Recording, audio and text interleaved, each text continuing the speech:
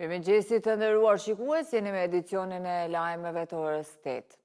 E ngarkuara me punë ambasadën amerikane Anu Pratipati, tha se teksa Kosova vazhdon të integrohet në komunitetin ndërkombëtar, mundësit në bashkëpunim në shumë fusha, përfshirë në mbrojtje dhe në energji, janë të pakufishme, duke shtuar se bizneset amerikane kërkojnë partner të besueshëm.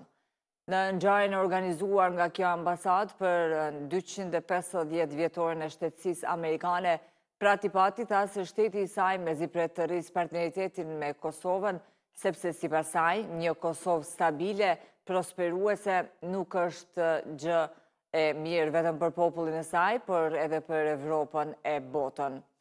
Ndërkaq ushtruesja e detyrës së presidentes Albulena Haxhiu ka vlerësuar rolin historik të Shteteve të Bashkuara të Amerikës në promovimin e demokracisë dhe lirisë, duke thënë se për vjetori i pavarësisë amerikane nuk është vetëm një datë për t'u shënuar, por një rikthim tek parimet themelore mbi të cilat është ndërtuar shteti amerikan.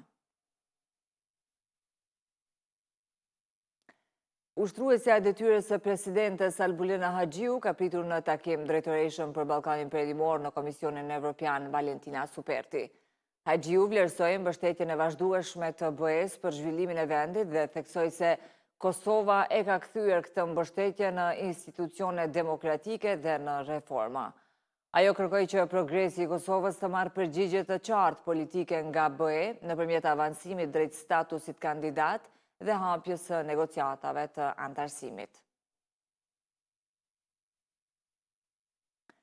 Edhe kryeministri në detyrë Albin Kurti ka takuar drejtoreshën për zgjerim dhe fqinjësitë e Bashkimit Evropian për Ballkanin Perëndimor, Valentina Superti.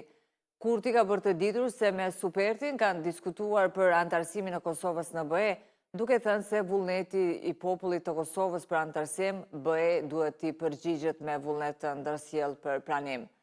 Statusi i vendit kandidat dhe hapja e negociatave janë piknisje një procesi nga i cili Kosova forcon demokracinë dhe zhvillohet edhe më shumë, ka shkruar Kurti.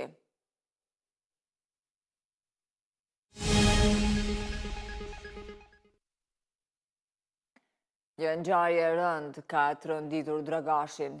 Imami 47 vjeçar i fshatit Zlipotok ka humbur jetën nga një përleshje mes disa personave, ndërsa i dyshuar i cili ishte arratisur është arrestuar pas një aksioni të policisë së Kosovës. Ecim tutje me lajme të tjera, nga 50 cent në 80 cent. Nga sot, kjo është rritja e çmimit të biletave një drejtimshë në Prishtinë. 60 cent do të vlejë kjo bilet nëse paguhet përmes sistemit digjital.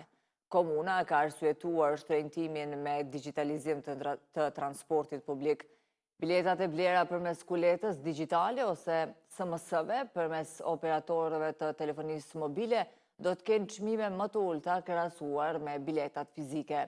Ndryshimet përfshin biletat një drejtimshë, ditore, javore, mujore, biletën për linjën e aeroportit, si dhe biletat vjetore dhe korporative digjitale, thuhet në njoftimin e komunës.